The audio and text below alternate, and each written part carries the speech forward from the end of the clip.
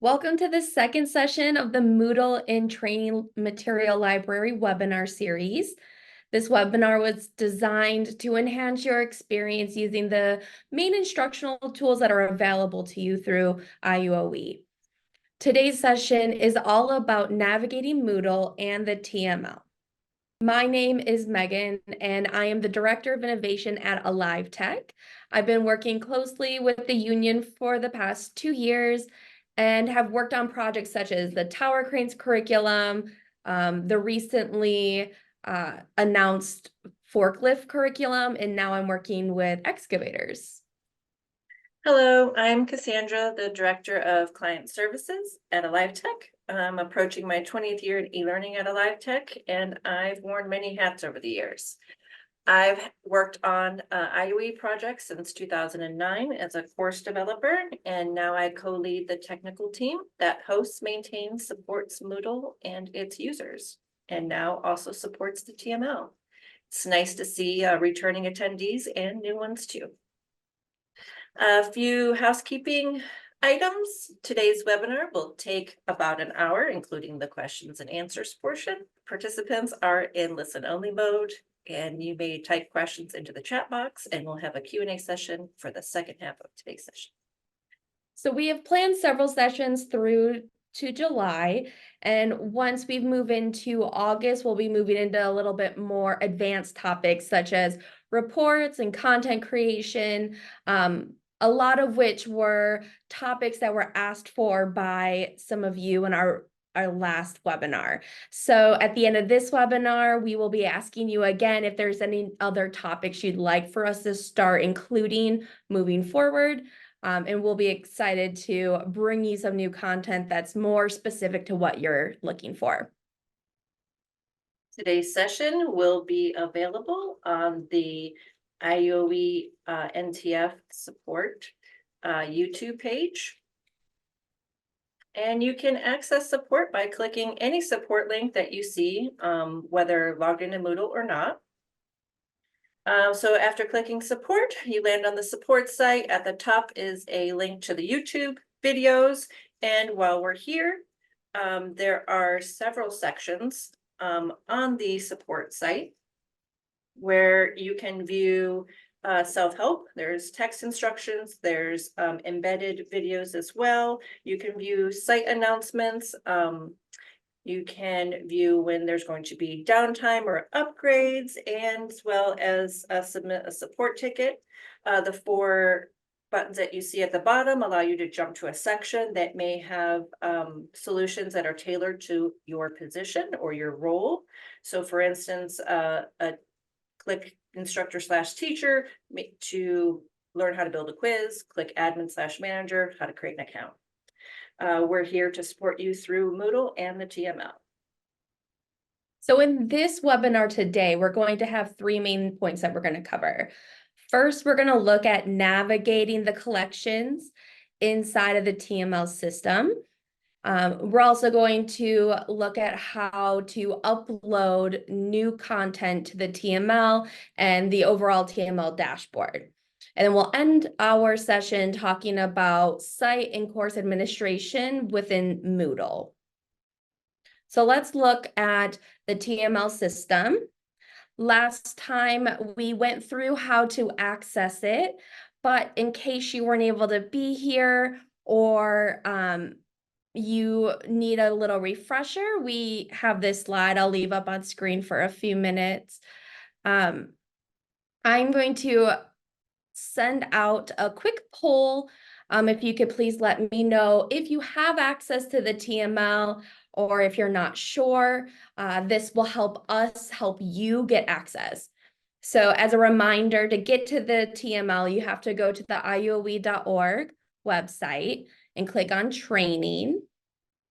Okay. Oh, I'm sorry. You have to log in, not just go to. Log into IUOE.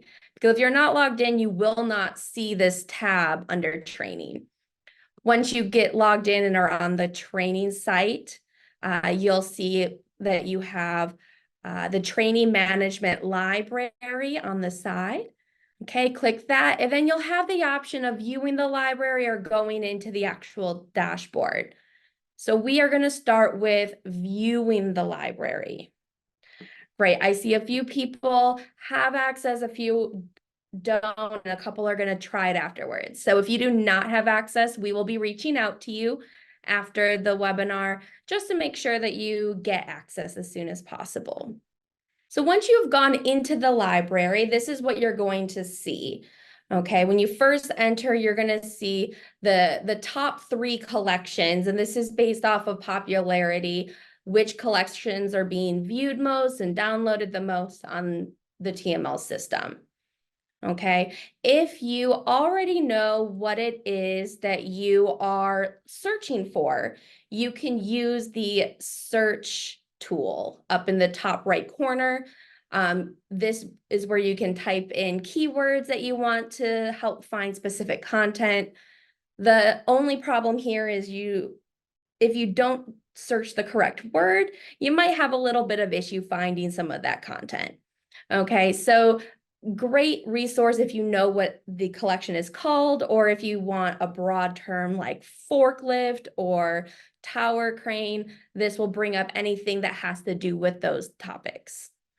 If you just want to browse and you're not quite sure what you're looking for, you can use the See All collections.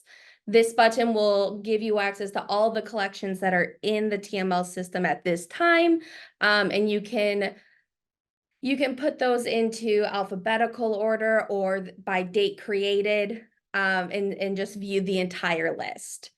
Okay. If you want to just browse, but you don't want to see everything, maybe you want it to be focused on 1 or 2 specific topics, you can then use the categories at the bottom. This will help you filter by a specific category. When you click on that category, you can open up different levels and you can see maybe some topics that you weren't expecting or you're focusing on. So you'll be able to go in and still browse the entire collection, but now you're focused on one specific content piece. Now, once you have selected a collection, this is what you're going to end up seeing. Okay, so this is the landing page for one collection. Each page starts off with a brief description of what the content is. For example, this specific landing page is for the supplementary resources for the new forklift course. And it tells you that this isn't the actual course, this is just additional resources. So it gives you a little explanation as to what it is you'll be looking at. Below that, you will find the author of this collection. And this is really important if you need to get in contact with that person for some reason. Maybe you have a question about the content, or there is an issue with the content. The person who has the ability to change it is going to be the author. So having their contact information here is going to be really important to view in that particular instance. And we'll get into how to include this information if you choose to upload your own content once we get to that section.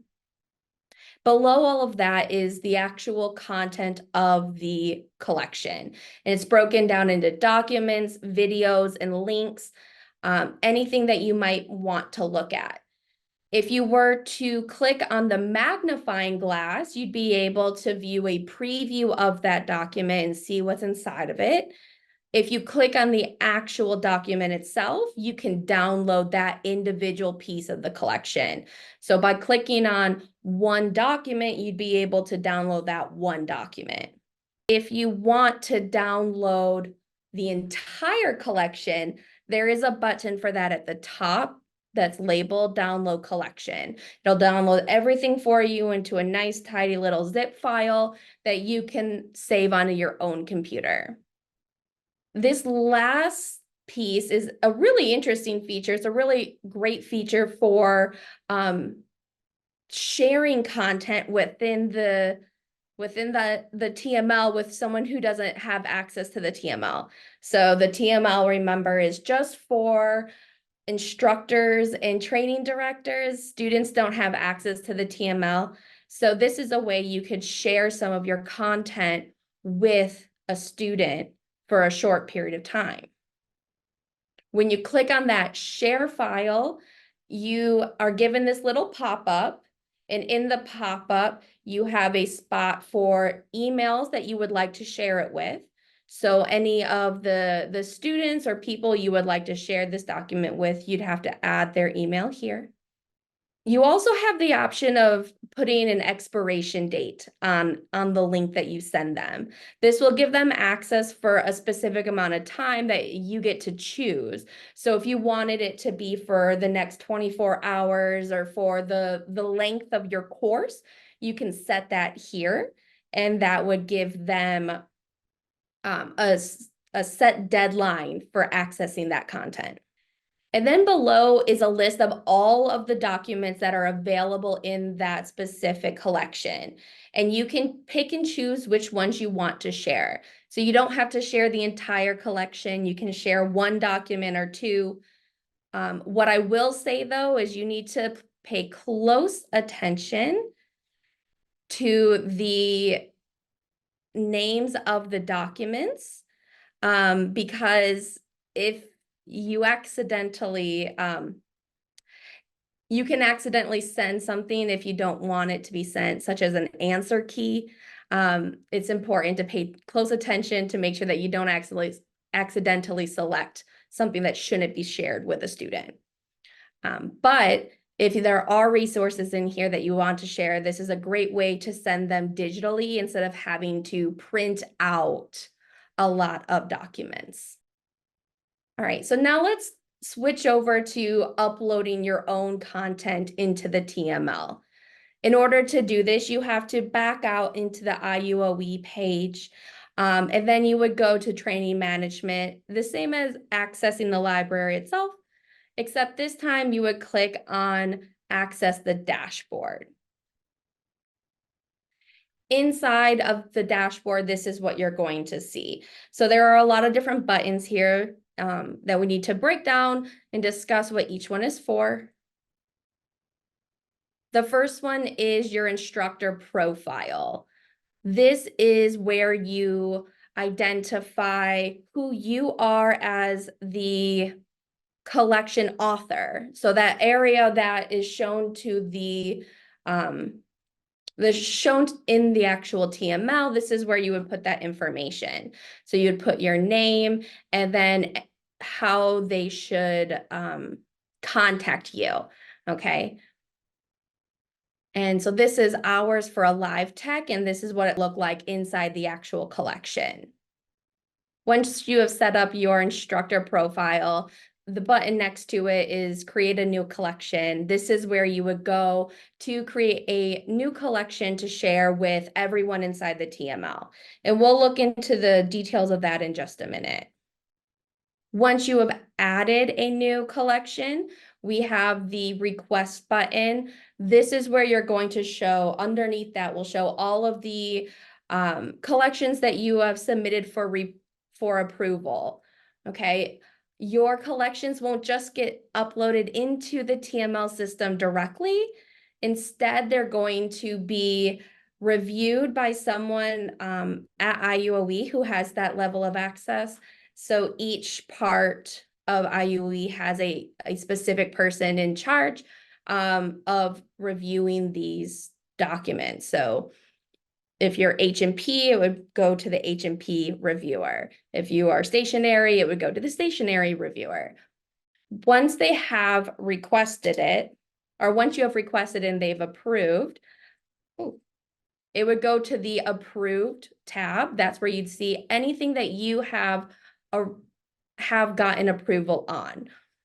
So anything that you have added to the TML will show up here. You also have the ability to go in and change access to it or deactivate it from the TML. We'll get into that a little bit more when we go in more depth on the TML later. If your collection has been rejected for some reason, it would fall underneath this category. Reasons it could be rejected would be something like it's already uploaded, or documents aren't in the right file type, things like that. But that's where you would find that information. If you've chosen to deactivate one of your collections, they would fall under this tab, the inactive tab. That would be something that you had done to your collection. So you might have deactivated it. Maybe it is out of date or something else is getting put up in its place. This is where you would find that. And if you've created a collection but haven't submitted it, you will find it in drafts.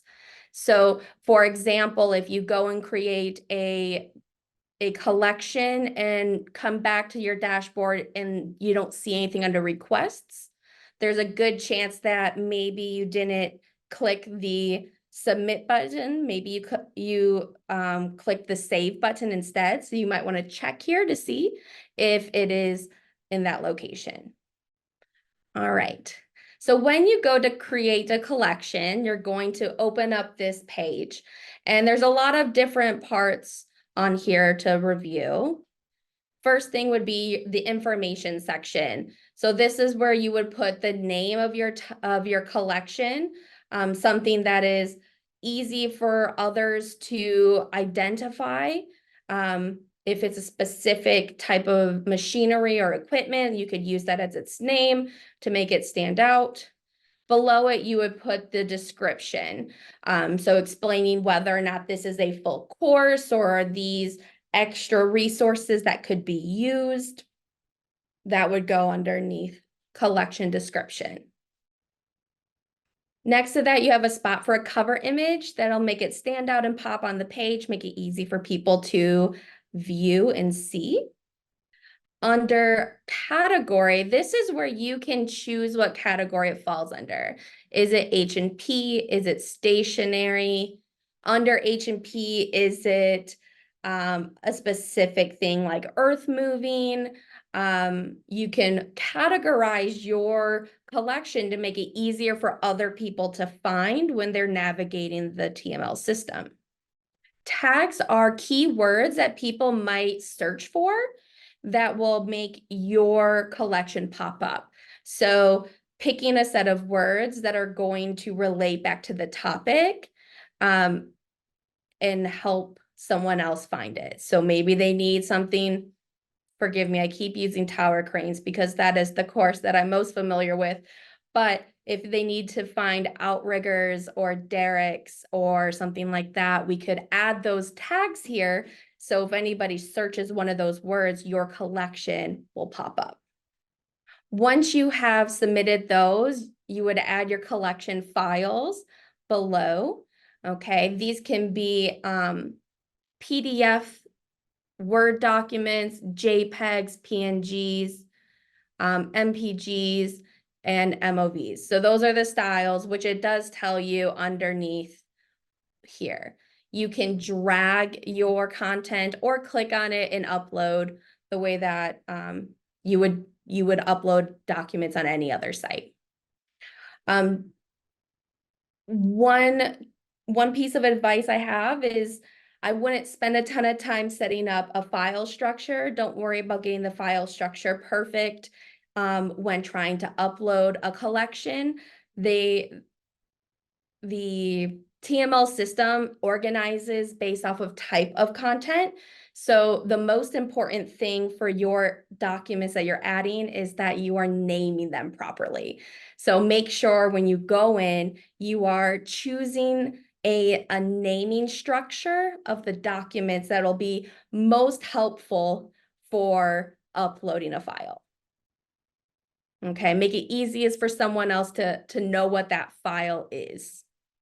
And we'll have another webinar session in which we kind of go through more in depth how you should name and set things up for the TML to be most successful for other people to view. And finally, there's a spot where you can add links. This is an awesome feature that allows you to include websites or online resources that maybe are too long to include inside the collection, or you have concerns about the it staying up to date or plagiarizing information or copyright information. A great example would be putting the link to the correct OSHA standard. If there's any changes made to that OSHA standard and you have it in a PDF document, you'll have to go back in and edit it. However, if you provide the link to the online resource, anytime that is updated, this link will take them directly to the most recent version. Okay, as long as it stays on the same slide or same site. But this is a great way to incorporate those types of resources that are larger and from a different source that they may change their data, and this will allow your students to be able to continue to use it.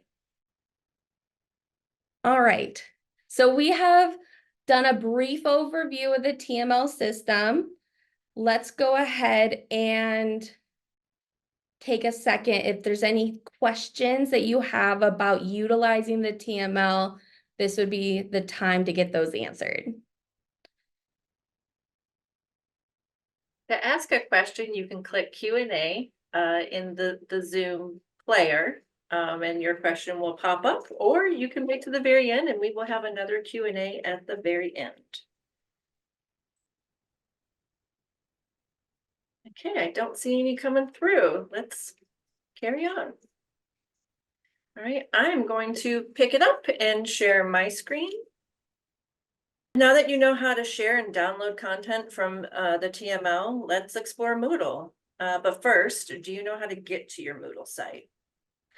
While there is some variation in the web addresses for local Moodle sites, they generally follow a pattern.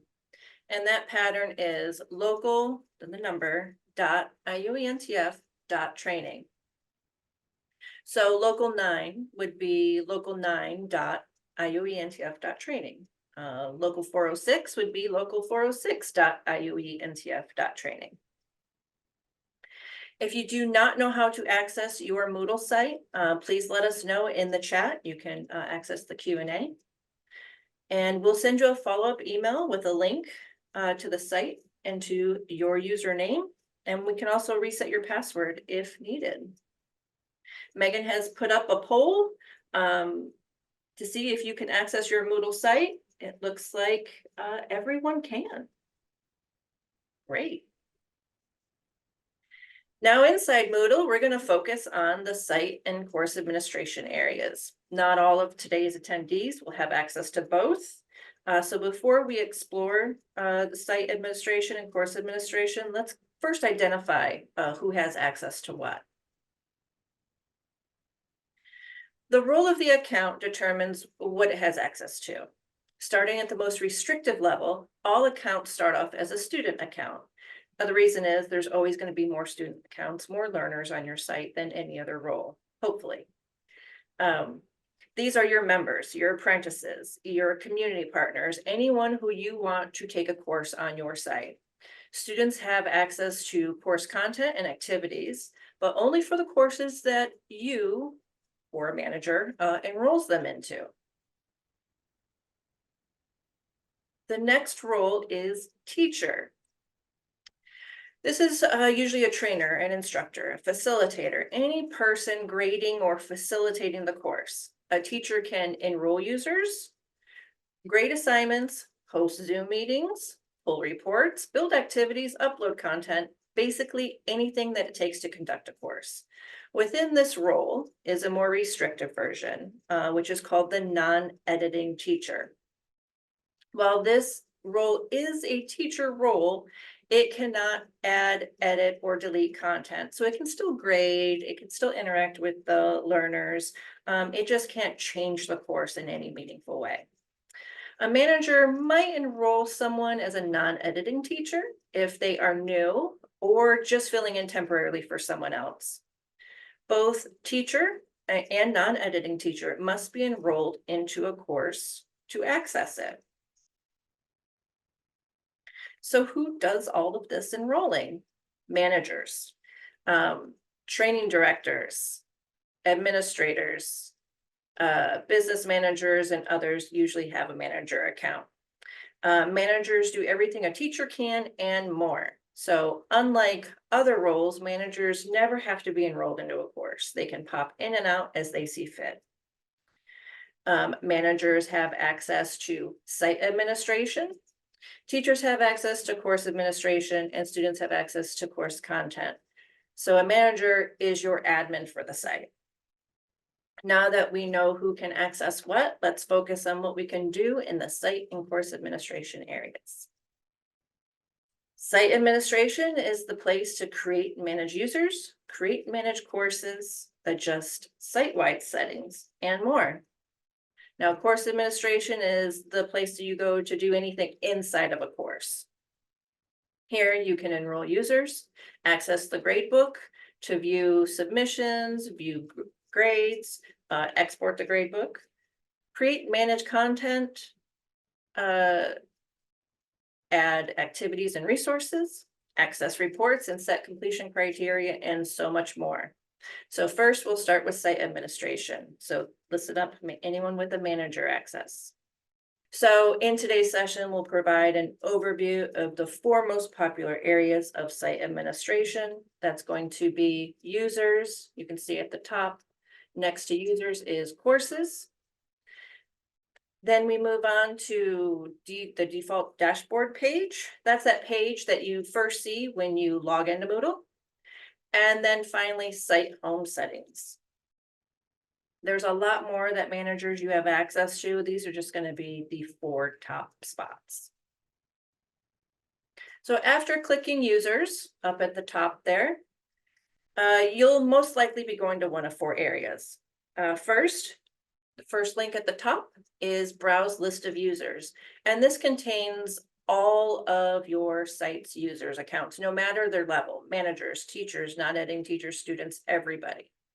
From here, you can see high-level information about any user, such as account details like username, email address, actual name, when they last logged in, what courses they're enrolled in, and site-level user data.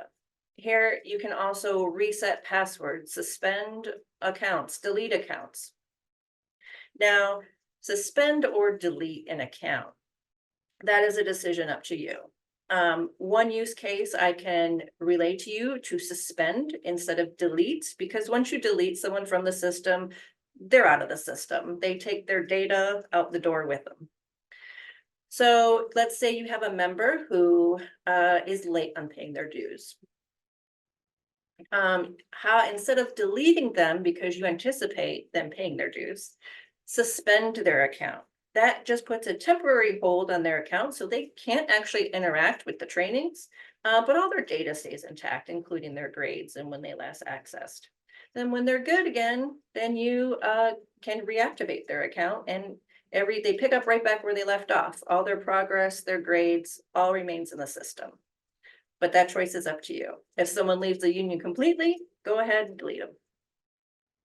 Next is add a new user. And it is just that. It's what you click to add one new user.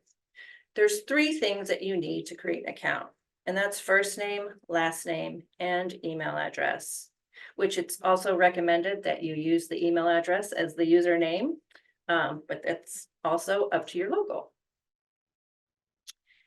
Now, moving on to number 3, upload users. This is my preferred method to create accounts, even if it's just one account. From upload users, Moodle will give you a spreadsheet. It's a .csv format. You fill out the 4 columns: username, email address, first name, last name, and email address. Those are the 3 things across 4 columns that you need to create an account. And you can keep adding to this, spreadsheet. You can add as many users as you want. You then upload that back into Moodle, and it creates all those accounts in one fell swoop. It will even create a temporary password for the user and send them out an email with a link to the site, their username, and their temporary password, as well as a link to support and how to get support. You can also save that spreadsheet if you choose to, and just add to it as a later date. If you re-upload that spreadsheet back into Moodle, Moodle's going to skip over anyone that already has an account. and it's only going to add new users. That's uploading a user. It's really easy to make an account. Now that you've made a student account, what if that student is not a student at all? It's actually a manager. Now we move on to number 4, and that is to assign system roles. A system role is a manager. It's across the system, opposed to a teacher, which is at the course level. So you do not assign a teacher role here at number 4, only managers. To upgrade an account to manager, go to assign a system roles, and then click their name, move them over to assign it.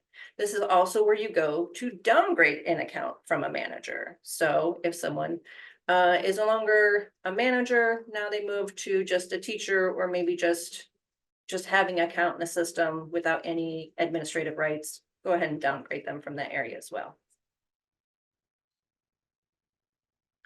Now moving on from users to courses.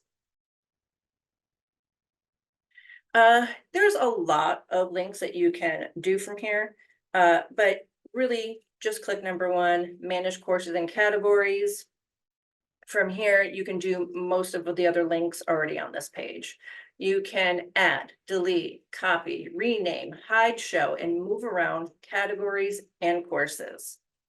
Categories, well, what is a category? A category is a container for a course. All courses must belong to a category. So you, in your Moodle site, may see the default categories that we at LiveTech created when we first migrated you from Blackboard or first created your site. So you may see something like Local 406 master courses, or a category called testing, where we added your sandbox course to play around in. And it's fine to keep those categories, but some locals have customized those categories. And some ways to customize them, some locals do by the time the course is taken. So they might have a category called Summer 2024. And inside that category are course copies of their masters just for that summer session. Some have a lot of instructors, so they do it by instructor. These are these instructors' courses, these are these instructors' courses. And I've even seen by the year of the apprentice. So if your local has a lot of apprentices over multi-years, these are year 1 apprentice courses, these are year 2. And that also can help with enrolling a user into multiple courses if you have them grouped. It's completely up to you how you want to organize your courses, if you want to keep them in those default categories or you want to get fancy and create some new ones. This is the section to do it. Now moving back to the general tab, we're going to go to the default dashboard page. But what is that dashboard page? That's that page that you land on that usually says, welcome local number. Access your courses below, or click the home tab to see other offerings. That's the page we're talking about. You can customize this page, and it usually has an overview of the courses that someone's enrolled in, maybe even a calendar at the bottom. You can explore this area to see how you can further customize your learner's experience. If you have an idea of what you want to show here, but are kind of unsure how to go about it, especially when you get to that HTML editor, submit a ticket, email us, tell us your idea. If we can make it work, we'll make it work. It's all part of our support package. So let us know how we can help you further customize that beginning experience of your learners. Also, just below that are site home settings. Now, site home is the home section. So that's that list of available courses. The home page usually contains a course search field up at the top, a list of categories, and then the available courses below that. While this page does have some limited customization, it is worth checking out. Maybe you want to show a different category listing, or you want to identify what they see when they're not logged in, but somehow managed to land on this page. So with that, site home settings, this wraps up site administration. If you have any questions on site administration, we're going to have a Q&A at the end. Now, moving on to getting around inside of a Moodle course. Course is generally divided into 4 sections. It can be only 3, but for this example, I'll show you all 4. The course index on the left is clickable. It's a scrolling panel of content. Depending on your screen size, this area might be collapsed when you first enter a course. Click the course index icon, kind of looks like a little table of contents icon, up at the top left to expand the section, or click the X once expanded to close it. All users, regardless of role, have access to the course index. And as you scroll on the course page, it will give you a visual indicator on the left in the course index of where you are. So it helps orient you as to your position in the course. Section 2, all attendees should have access to course administration, because here you guys are all managers and teachers in the system. It's the strip of links at the top of the course. Under the course title, we'll dive deeper into this menu on the next slide. Section 3, this is your course. It is all your course content, your banner, your sections, your quizzes, and if you click course in that course administration menu, that it just displays your course. So unless there are restrictions or there's hidden content, students have access to everything you post in this 3rd area in the content or course area. Now, your course may or may not have a 4th section. If there are blocks in the block drawer, and that's what that right side is called, the block drawer, you'll see an arrow tab on the top right. Once clicked, the block drawer expands, revealing the information and added functionality available within that particular course. If you do not see a clickable arrow tab at the top right, the block drawer is empty. So it's not going to just have you click something that opens up nothing. In this example, you'll see 2 items that I really encourage everyone to have in their courses. I won't go into them too deeply because we are going to cover these in a future webinar, but I'll just mention course completion status. This tells you and your learner what they have completed, what they still must complete in a grid format. Course dedication, this gives you a guesstimate as to how much time is spent by any given participant in your course. So if you do need to then report out to the governing body, an employer, someone else, how long your member has spent in your forklift operator training course, this tool adds up all the time between clicks. So they're actively participating in the course. All right, course administration. These are 6 links up at the top. First one is the course. It's the content and the activities. Like I mentioned, it's that section there at the bottom.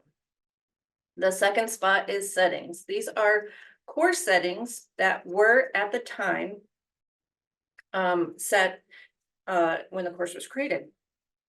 Settings can be edited after the course is created here. Settings include the course title, the course description, thumbnail, whether the gradebook is shown to students, course layout, whether each topic is its own section or its own page. There's so much that you can identify here. You can also access this course settings via manage courses and categories. So you can do it at the site level and here at the course level. Moving on to number 3. Participants. This is where you go to enroll, remove, or manage users, create groups, send emails to 1 or more students without leaving the course. You can also see when an enrolled user last accessed the course, or change a role at the course level. For example, changing a role from student to teacher, you would do that in participants.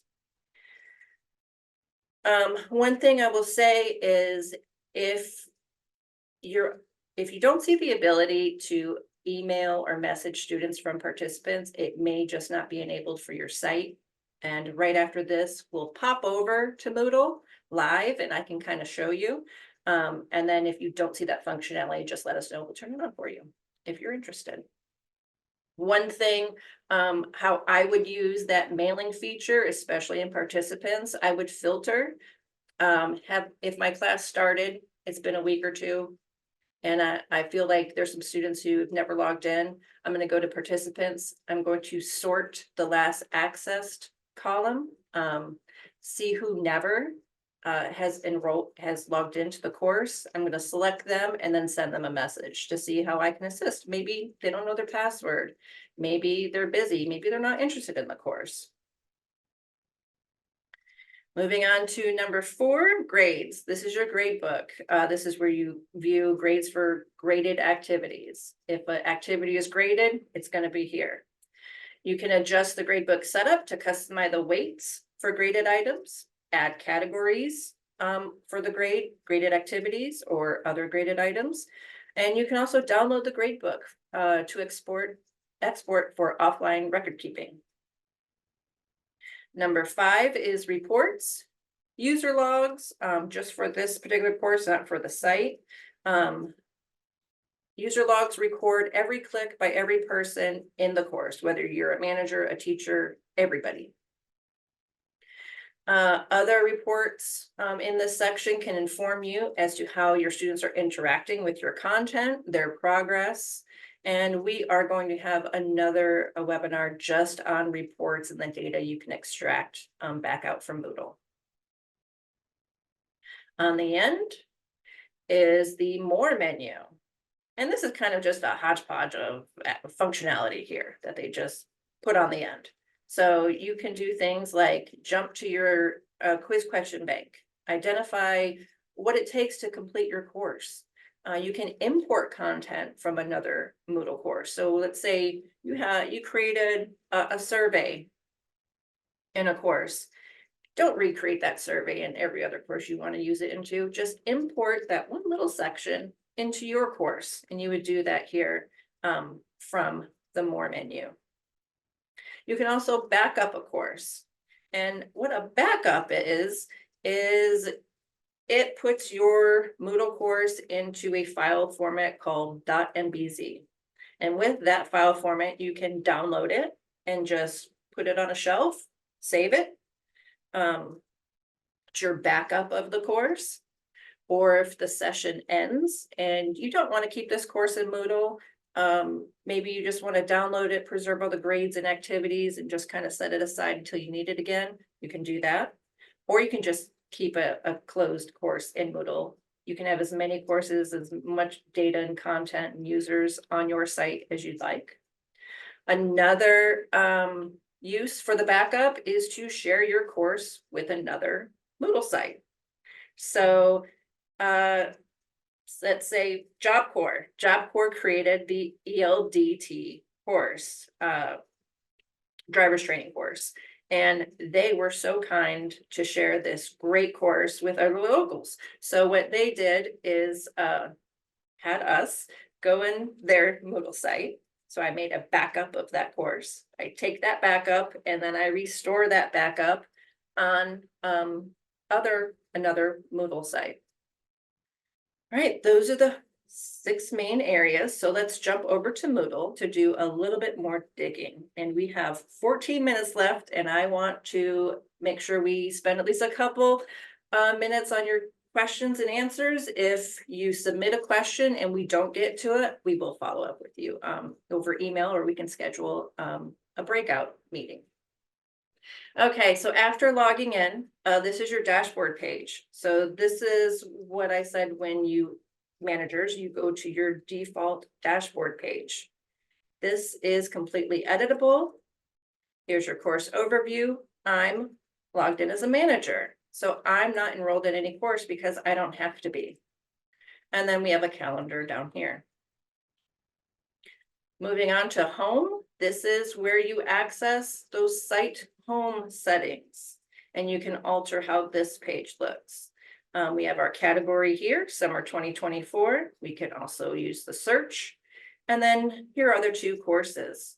This is our latest stationary offering, Chief Engineer Leadership Training Program, and this is our latest H&P offering, Forklift Operator Training. If you are interested in these courses and they are not on your site, let us know and we will take our backup and restore it on your site. One thing to note here is if you are identified as the teacher for a course, you will be listed here under the course description. If you are a non-editing teacher, you are not listed. If you are a manager, you are not listed. Only teachers are listed here. So if you're a teacher, but you don't want to be listed here, just change your role to manager inside the course. You won't be a site manager, you'll be the course manager, and that will remove your name from this page. Moving over to site administration, general, here, default dashboard page where we just were when we came to Moodle. Up at the top, click edit mode. That changes the interface, add more blocks. Click the cog icon is always going to mean settings, and then click configure text block. This probably is the most intimidating part, but we have a WYSIWYG editor. But if you don't want to update this yourself, just send us what you want it to look like. Now, inside of a course, up here, let's check out these settings really quickly. We have our name, a short name, the category, whether to hide or show it. We have our description. If any course you do not like the thumbnail we chose, you can change it here. And then as you can see, we have two different course layouts. We have show all sections on one page and show one section per page. And the difference between those, I have here. This is all sections on one page. Let me turn edit mode off. You can see all of the course content is on a scrolling page. Now, if this Moodle looks a little different than your Moodle, it's coming soon. This is the new upgrade for Moodle. So some of you may have it, some of you may not. This is what it's going to look like. One section per page over here in Chiefs. You can see here, now it's all of getting started is in this one block. We click the arrow to access. So those are the choices. And you can make these choices before you create the course, middle, or after you create the course. And you can toggle between them, see what feels good to you. Participants, again, these are all of your users. So if test teacher doesn't want to be shown on that main page, test teacher can make themselves a manager. And now test teacher is not shown. So we changed it for forklift. I can select my student here and choose. This is where messaging would be enabled. So if you do not see your first item as message users, it's not enabled. And it's not enabled for this site. We have 8 minutes left, so I'll just kind of blow through these. Here's your grade book. Use this drop down here to then go to your setup or export. Reports, course completion. These are the items that you have identified to complete the course. Logs, these are going to be every click that has ever been clicked in your course. Activity report, it's a report on how people are participating with your activities, with the course, and then who's completing what. And then more down here. So for course reuse is then separated into additional menu, import. This is if I'm going to copy in one or more pieces of another course. Backup to share this course with someone else. And then once I get that backup, I restore that course on this site. Now, let's say I've identified my course settings. I am ready to build my course. Go up here at the top of edit mode. And you can see that the interface changes. Here, click add an activity or resource to add an activity or resource, and those that are available are listed. And that is going to be our next webinar, is all about adding activities and resources. So with that, we will open it up for questions and answers and our final surveys. So if you do have a question, you may type it in the Q&A box and we will get to it. You can also just email or submit a ticket with your question if you don't want to answer it answered here live. We're happy to answer them privately. If your question is a little bit more complex, we can set aside another Zoom meeting, just you and I. Or if you have any of those TML questions that you didn't ask earlier, we're happy to answer them now.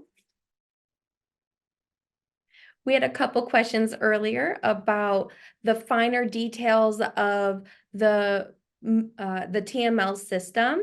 So starting next week in our session, when we talk about adding content, we'll go a little bit more in depth with adding content to the Moodle, to the TML system, as well as Moodle. So if you wanted a little bit more there, don't worry, it is coming to you soon. Yes, there will be a way to review the Zoom recording later, and the first one, and that is on that YouTube page. So I'm just going to hop back over here to Moodle. I'm logged in, so I'm actually going to click support here up at the top. That takes us to our Moodle support page and TML support page. And then here, YouTube videos, click that. We have a section dedicated to webinars, and the first session is here. Also, you can scroll down here. We are going to have a webinar section with all the webinars listed individually. We also have, if anyone else, you want to guide them to this page so they can sign up for sessions 3, 4, and 5. Future sessions you'll be able to register soon. That's also on the support page. And if there's anything that you want to review about the TML, we do have a section dedicated to it, as well as when you're ready to upload content into the TML and you just kind of want a guide on the side, let us know and we can schedule a Zoom meeting and watch you upload it, guide you through the process. And if you cannot locate any of the webinars, email support@iuentf.training. And we are happy to show you where they're at. All right, Cassandra and I will stay for an extra couple minutes if anyone is finishing up their survey. Thank you all for attending today, and I hope to see you back in our next session.